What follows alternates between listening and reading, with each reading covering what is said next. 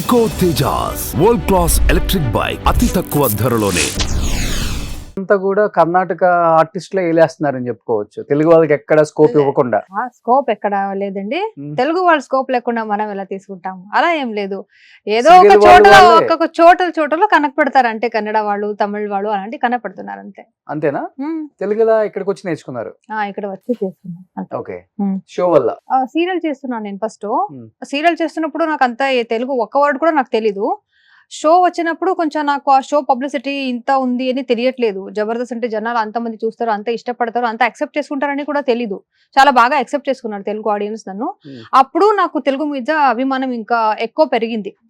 అంటే ఇప్పుడు నా మాతృభాష మీద నాకు అభిమానం ఉంది. నా మాతృభాష it's like my mother. Okay.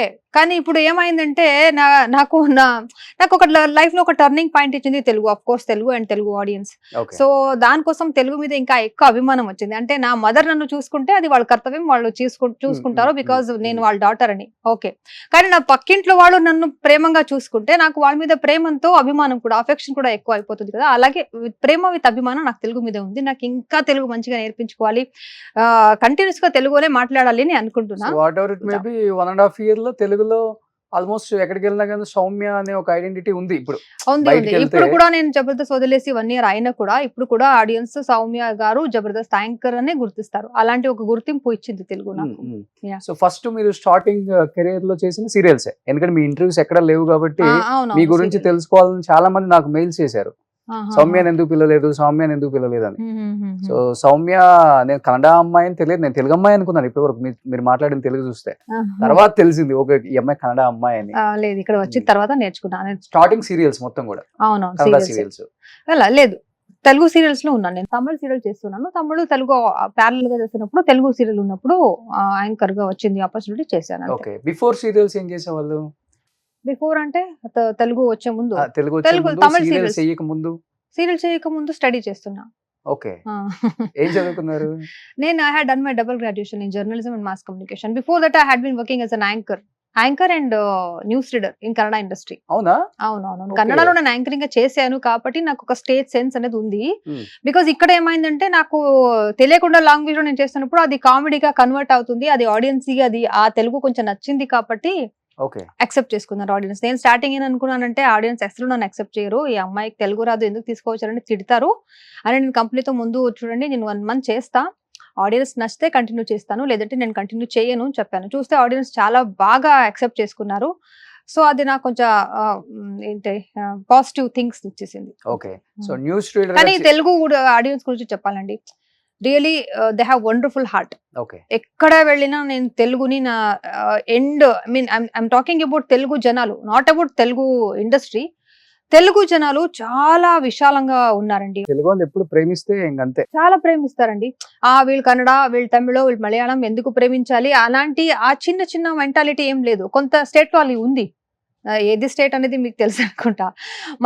మనదే చూడాలి, మనదే ఇంట్లో చెల్లి కాదు. ఓకే, ఎవరు బాగా చేస్తారో, ఎవరు ఎంటర్టైన్ చేస్తారో వాళ్ళని ఎంకరేజ్ చేస్తారు అంటే. తెలుగు ఆడియన్స్ ప్రేమించకపోతే బిగ్ బాస్ లో నిఖిల్ విన్నర్ అవ్వడు కదా. అవును, నిఖిల్ కన్నడ చేస్తారు కదా, నిఖిల్ కన్నడ కదా. ఎగ్జాక్ట్లీ అది నిజమే.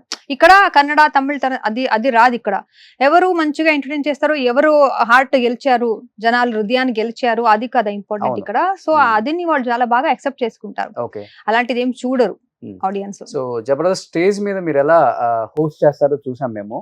బిఫోర్ దీనికి రాక ముందు, సీరియల్స్ కి ముందు కూడా న్యూస్ రీడర్ అని చెప్పారు కాబట్టి ఒకసారి మీ అందమైన పెదాలతో న్యూస్ చదివితే ఎలా ఉంటుందో చూడాలి.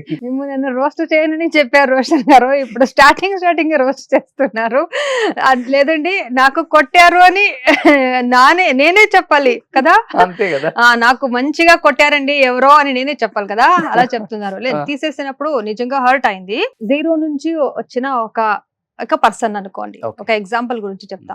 0 నుంచి వచ్చిన ఒక పర్సన్ ఏదో ఒక సైకిల్ తీసుకుంటారు, తర్వాత ఒక 2-wheeler డ్రైవర్ అవుతారు, తర్వాత ఒక చిన్న మారుతి 800 కార్ లో డ్రైవర్ వెళ్తున్నప్పుడు ఏదో ఒక బెంజ్ కార్ వచ్చి రా నువ్వు మారుతి 800 కార్ లో కూర్చున్నావు, నా కారు వచ్చి డ్రైవర్ రావు అని తీసుకొచ్చి కార్లో డ్రైవింగ్ తీసుకు వెళ్ళిపోతారు డ్రైవర్ గా.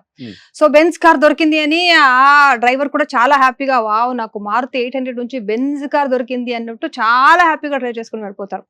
ఇంకా హార్డ్ వర్క్ చేస్తారు దానికోసం.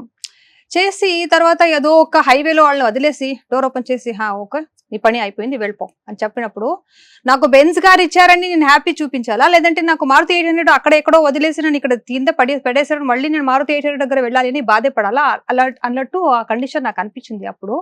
తర్వాత నాకు చాలా గ్యాప్ వచ్చేసింది, అంటే ఎంకరేజ్మెంట్ దొరకట్లేదు నాకు. ఏదో ఒక స్టేజ్, ఎప్పుడైనా ఒక యాంకర్ పర్ఫెక్ట్ యాంకర్ రావాలంటే వాళ్ళకి ఎక్కువ స్టేజ్ దొరకాలి, వాళ్ళకి ఎక్కువ ఆపర్చునిటీస్ దొరకాలి, అప్పుడే మీకు ఇంకా గట్టి అవుతుంది. వచ్చినప్పుడు ఎవరు మంచిగా చెయ్యరు, వాళ్ళకి experience makes them perfect right. So వాళ్ళకి ఎక్స్పీరియన్స్ దొరకాలి, స్టేజ్ దొరకాలి, అలాంటి కొన్ని సపోర్ట్స్ నాకు కొన్ని చోట్ల దొరకట్లేదు అనేది నా బాధ. అంతే. అంటే బయట ఒక ఉంటే 100% బాగా చేస్తాం. బయట ఒక న్యూస్ స్ప్రెడ్ అయింది ఆ టైంలో, హైపర్ ఆది వల్లే సౌమ్య బయటకు వచ్చేసింది, తీసేశారు అనే ఒక న్యూస్ మీరు వినే ఉంటారు, మీ చెవి దాకా వచ్చిందా?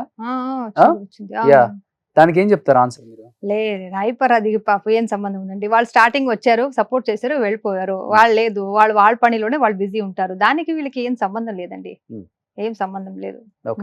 అది వాళ్ళు సపోర్ట్ చేస్తారు తప్ప ఇంకేం చెయ్యరు.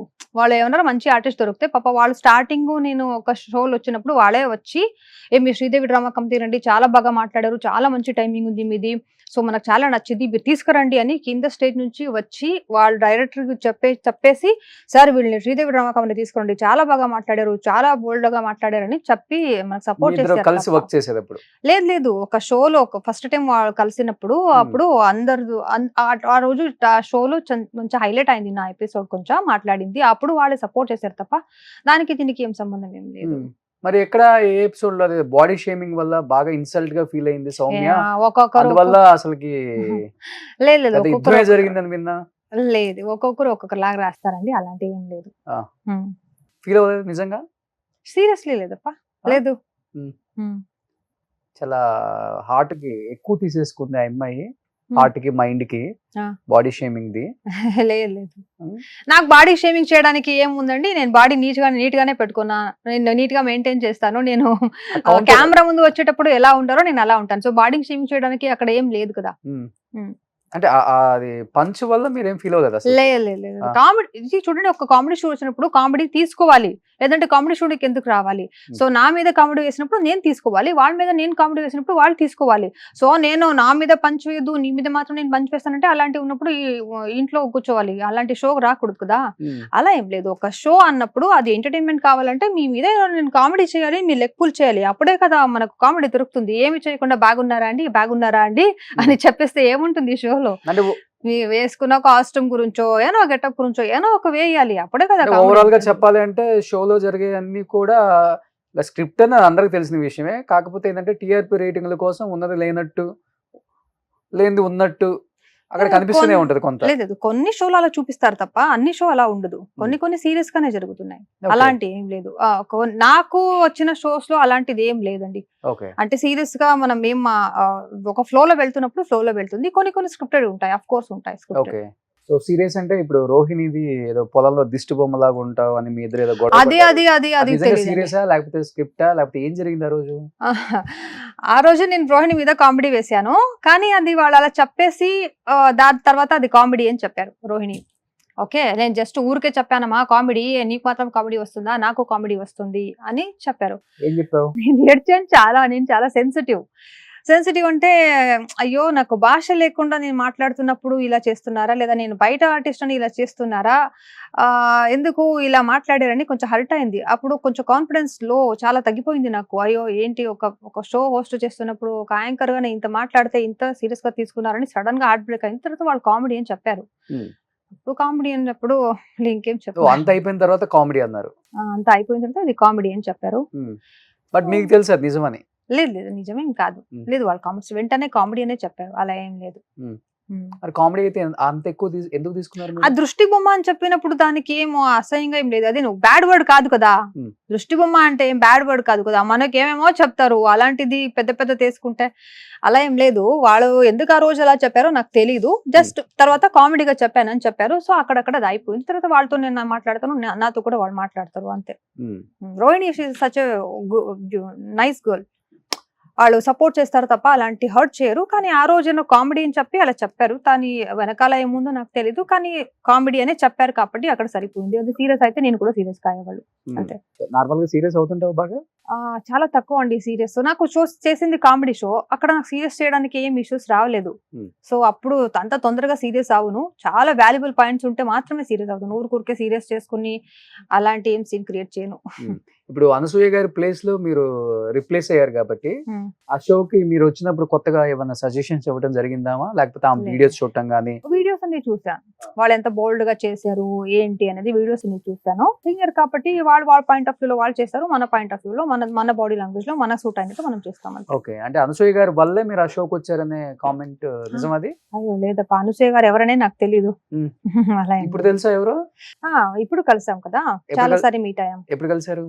ఈవెంట్స్ గానీ వెళ్తాము. ఈవెంట్స్ లో ఒక టైం మీట్ అయ్యాను. తర్వాత బయటలో తర్వాత వేరే షో చేసాం కదా, స్టార్ మాల్ ఒక షో చేసాం కదా, అక్కడ వాళ్ళే జడ్జ్ మీట్ అయ్యాం. ఓకే, ఏం చెప్పారు మీ హోస్టింగ్ గురించి? వచ్చారు కాబట్టి అలా she is also such a wonderful girl. Yeah, she is encouraging me a lot. Okay, చాలా బాగానే ఎంకరేజ్ చేస్తారు. ఇప్పుడు షో నుంచి బయటికి వెళ్ళేటప్పుడు అడిగారా సౌమ్య? ఇప్పుడు 2 ఎక్స్ట్రా తీసేసి మొత్తం జబర్దస్త్ ఒకటే ఇప్పుడు, అంతే కదా?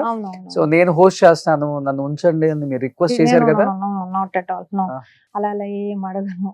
నేను ఎవరితో కూడా ఏమి అడిగి తీసుకోను. అలాంటి అభ్యాసం లేదు నాకు. ఎవరితో అడిగి నాకు ఇవ్వండి, నాకు చేస్తాను అని అలాంటి చేసి నాకు అభ్యాసం లేదు. న్యాయంగా నీట్ గా వస్తే నేను చేస్తాను. ఆడియన్స్ ఎంటర్టైన్ చేయ ఎబిలిటీ నాకు ఉంది. అది ఎవరైనా ఐడెంటిఫై చేసి ఓకే అమ్మాయిగా ఎబిలిటీ ఉంది, ఆ అమ్మాయి నుంచి కొంతమంది ఆడియన్స్ ఎంటర్టైన్ అవుతారు, ఆ అమ్మాయితో కంటెంట్ ఉంది, ఆ అమ్మాయికి చేయాలని ఉంది, అమ్మాయి యాజ్ అ హార్డ్ వర్కర్ అని తెలిసి ఎవరు పిలిస్తే నేను వస్తాను.